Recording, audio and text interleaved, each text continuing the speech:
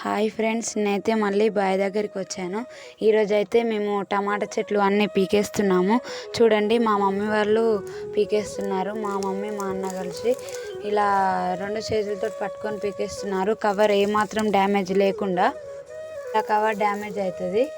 ఇలా పీకేసుకొని కుప్పలు వేసుకుంటున్నారు. కుప్పలు వేసుకున్న తర్వాత వాటిని తీసుకొని వెళ్ళి కాల్చేయాలి. ఇలా మొత్తం కుప్పలు వేసుకొని కాల్చేస్తాము తీసుకెళ్ళి. సొరకాయ చెట్లు కూడా మొత్తం తీసేయడానికి వచ్చాయి. అయితే వాటిని కూడా కోసేస్తున్నాము. కోసేసి అన్నీ ఒక సైడ్కి వేసుకుంటున్నాము. ఇలా కాయలు కూడా ఉన్నాయి. చూడండి, కొన్ని కాయలు అలాంటివి ఉంటే తెంపుకున్నాము. చెట్లు చూడడానికి చాలా బాగున్నాయి, కానీ అందులో ఏమాత్రం కాయలు కూడా లేవు.